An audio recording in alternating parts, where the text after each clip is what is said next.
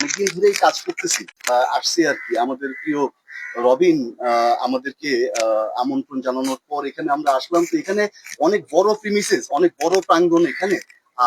আমার এবং পারভেজের যে ব্যক্তিগতভাবে যে পছন্দ গাছগুলি, একদম খুব ভালো ভালো পছন্দ করা গাছগুলি নিয়ে আমরা রবিনের এখানে চলে আসছি। এখানে প্রগতি সংঘ নামে সবাই চিনে এই ইয়ারটাকে, প্রতিষ্ঠানটাকে। তো এখানে আমি খুব বেশি কথা বাড়াবো না, খুব বেশি কথা বাড়ানোর কিছু নাই। তবে রবিনের কিছু কথা আমাদের শোনা দরকার, কারণ অত্যন্ত পরিবেশ প্রেমী একজন মানুষ। আহ, তো রবিন আমাদের প্রসঙ্গে কিছু বলবে, এবং তাদের এখানে যে আমরা গাছ রেখে গেলাম সেই প্রসঙ্গেও কিছু আশাবাদ আমাকে শোনাবে হয়তো বা। আচ্ছা আচ্ছা, হ্যাঁ, না, এটাও নেন, এটাও নেন, আমি দিচ্ছি।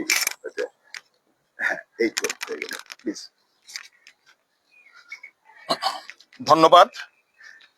আমার প্রকৃতি আমার ছবি এবং প্রগতি সংঘের উদ্যোগে আজকে যে বৃক্ষরোপণ, সেই বৃক্ষরোপণের যারা এই কর্মসূচিতে উপস্থিত হয়েছেন, প্রগতির পক্ষ থেকে, মতিঝিলবাসীর পক্ষ থেকে সকলের প্রতি কৃতজ্ঞতা ও ভালোবাসা।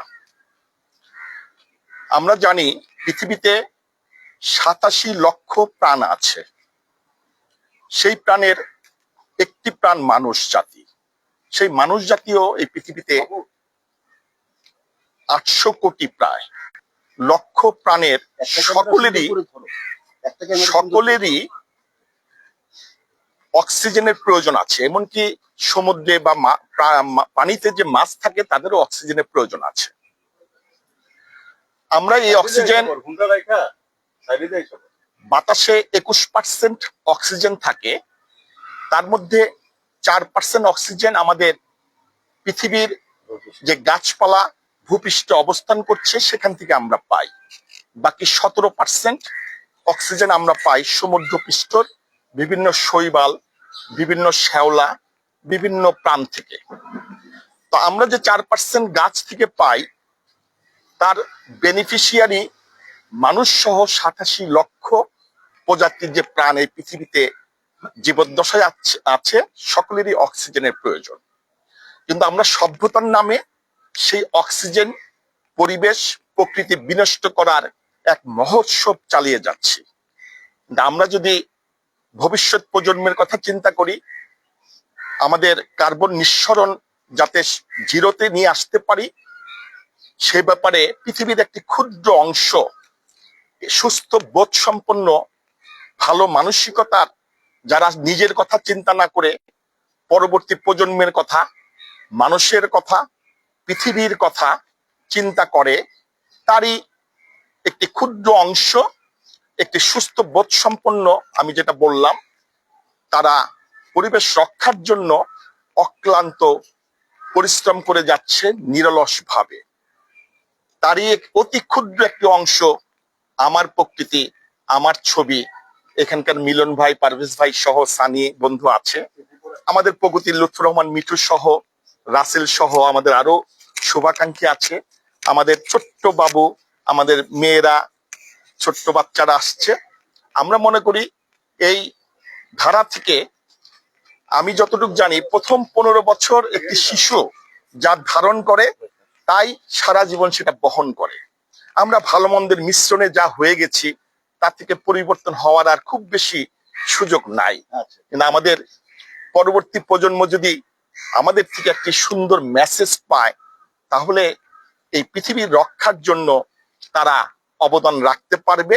সেটাই আমাদের প্রগতি এবং আমার প্রকৃতি আমার ছবি, এই দুই সংগঠনের যৌথ প্রচেষ্টায় আজকের অনুষ্ঠান করতে যাচ্ছি। এর বাইরে আমি আরেকটি বিষয় বলবো।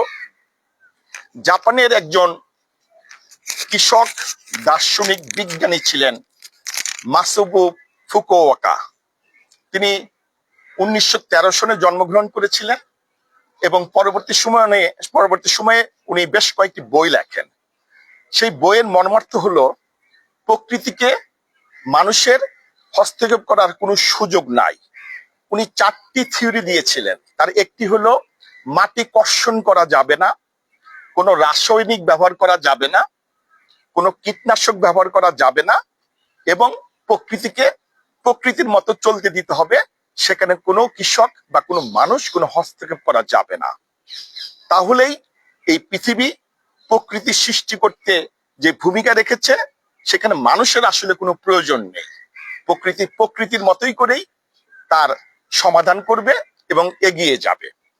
সেই মাসানুবু ফুকুওকার যে মেসেজটাও যদি আমরা তার জীবনী, তার কর্মকাণ্ড, তার বই যদি আমরা একটু পড়ার চেষ্টা করি, তাহলে দেখব আমরা হয়তো আজকের যে প্রচেষ্টা, আমরা মাসানুবু ফুকুওকার পথেই ধাবিত হচ্ছি।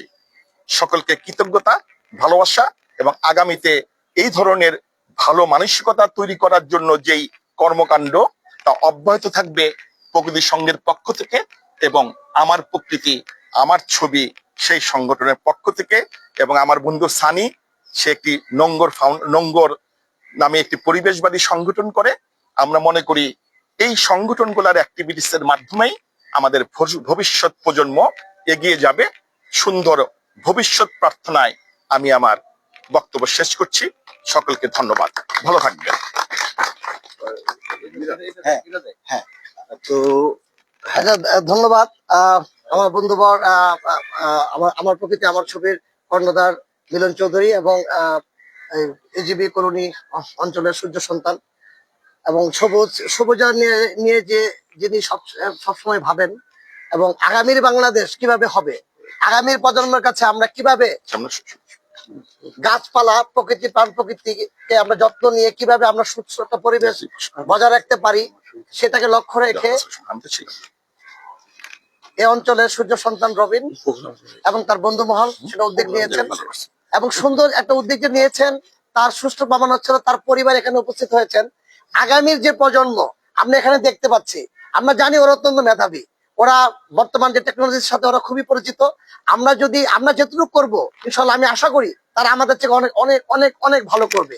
তো আমরা এর থেকে শিক্ষা নিয়ে একটা জিনিস চিন্তা করব যে আমরা শুধু প্রাণ প্রকৃতি নিয়ে কাজ করলে হবে না, আমাদের যে আগামী প্রজন্ম আছে তাদেরকেও আমরা আস্তে আস্তে এর সাথে আমরা ইনভলভ করবো।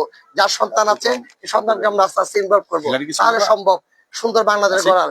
এবং আমি মনে করি যে সুন্দর বাংলাদেশ গড়ার দায়িত্ব আমরা শুধু দেখিয়ে দিয়ে যাব, আগামীর বাংলাদেশ যারা স্টে করবে, আগামী যে প্রজন্ম থাকবে তারা আমাদেরকে ভালো কিছু দিবে, আরো ভালো কিছু দিবে এবং আমরা ইনশাল্লাহ সংখ্যামুক্ত থাকবো। এ বলে আমি আমার বক্তব্য শেষ করছি। এখন আমার কিছু অভিজ্ঞতা থেকে বলি যে আমরা শিশুদের জন্য হা বলুন এই কথার সপক্ষে আমরা এরই মধ্যে বেশ কিছু কর্মসূচিতে অংশগ্রহণ করেছিলাম। সেখানে আমরা শিশুদের মুখে যা শুনেছি যে আমাদেরকে খেলার মাঠ দেন আর আমাদেরকে সবুজ কিছু একটা মাটি বলবি, হ্যাঁ, তো সবুজ কিছু ইয়ে করেন, অথবা আমরা মোবাইলের সাথে আমরা সম্পৃক্ত হয়ে যাচ্ছি। তো চলেন আমরা বাচ্চাদের মুখে কিছু শুনি। বলো। আসসালামু আলাইকুম, আমি জয়শ্রী খান সারথী। আমি বিজ্ঞান সানুন স্কুলের ৭ম শ্রেণীর একজন শিক্ষার্থী। আমি গাছ লাগানোর এই কার্যক্রমকে আমার দিক থেকে সম্পূর্ণভাবে সমর্থন করি। আমি চাই এরকম কার্যক্রম যাতে আরো চলতে থাকে, তাহলে আমরা এর থেকে কিছু শিক্ষা গ্রহণ করতে পারবো এবং সারা জীবন এই শিক্ষাকে কাজে লাগাতে পারবো। জি ইনশাল্লাহ। আপনি বলেন, আপনি বলেন, আপনি বলেন, আপনি কিছু বলেন। বলবে কিছু তুমি? বলো, বলো, বলবে কিছু? বলবো? হ্যাঁ, বললে বলো। আসসালামু আলাইকুম, আমি Sultana Afroz national ideal school থেকে বলছি। আমরা হচ্ছে গাছ লাগানোর এই কার্যক্রমকে এগিয়ে নেওয়ার জন্য ভূমিকা পালন করব। ভবিষ্যতে আমরা আরো বড় কিছু করার চিন্তা ভাবনা করব ইনশাল্লাহ। সবাইকে তুমি তো বলো। ধন্যবাদ যারা আসলে উদ্যোগটা নিয়েছেন, প্রথমত এদেরকে। আর হলো গিয়ে আমাদের দেশে আমাদের এখনকার পরিস্থিতি বলেন, আর মানে এটা একটা ভালো একটা উদ্যোগ। আমরা চাই পরিবেশ রক্ষার জন্য এরকম উদ্যোগের সঙ্গে আমরা থাকি এবং এরা অব্যাহত রাখি। আমি ব্যক্তিগতভাবে এই গাছ লাগানোকে সবসময়ের জন্য সমর্থন করি। আমি আমার বাচ্চাকে নিয়ে সর্বদাই যেখানে গাছ। ধন্যবাদ। বলবে কেউ কিছু বলবে? আচ্ছা, এখন আমাদের মনে হয় আলাপ আলোচনার বিষয়টা এখানে আমরা শেষ করতে পারি। চলেন আমরা অল্প কিছুক্ষণের মধ্যে আমরা ফেসবুকে যেসব বন্ধুরা দেখছেন তাদের উদ্দেশ্যে বলছি, অল্প কিছুক্ষণের মধ্যে আমরা গাছ লাগানোর কর্মসূচি শুরু করব। তা আপনারা আমাদের সাথে থাকুন। ধন্যবাদ। আচ্ছা, ঠিক ধন্যবাদ। আছে, চলেন আমরা গাছ লাগানোর যে বিষয়টা সেটা ইয়ে করি। বা এখানে আমরা বেশ কিছু গাছ আমরা মানে যেমন একটা বিশেষ গাছ জামের কলম, হ্যাঁ সেটা এখানে এনেছিলাম।